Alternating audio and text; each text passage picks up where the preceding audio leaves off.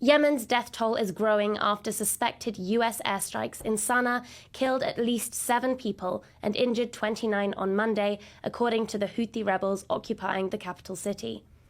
At least 123 people have been killed since the start of the intense airstrike campaign, launched nearly a month ago by President Donald Trump after the Houthis' retaliatory attacks against Israel's aid blockade of Gaza.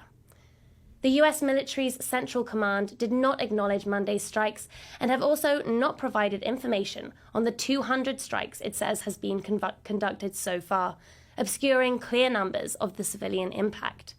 But when 5 children were killed at the start of the US campaign, the main controversy was not civilian deaths so much as the accidental adding of a journalist to the signal group that coordinated the strikes.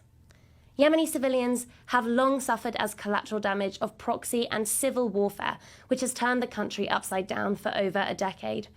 Since 2015, Saudi Arabia has led a military campaign against the Houthis in Yemen, enabled by British and US weaponry, despite mounting evidence of thousands of civilians being killed and international protests against the supply of arms.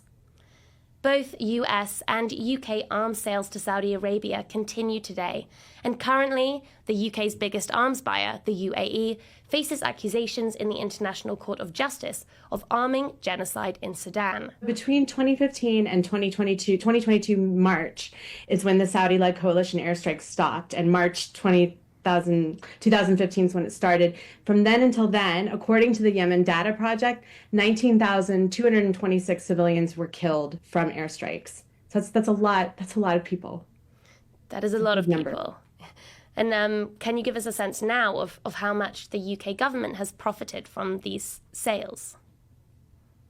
Yeah, so the UK, along with the US, is one of Saudi Arabia's leading arms suppliers. And it also is a major supplier, as you were saying before, to the United Arab Emirates, which was part of the Saudi-led coalition.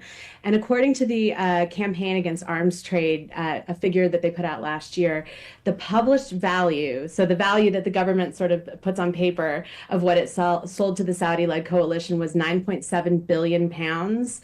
But CAT actually estimates that the real value is more than 29 billion pounds to Saudi alone, and nearly 31 billion in total to the coalition.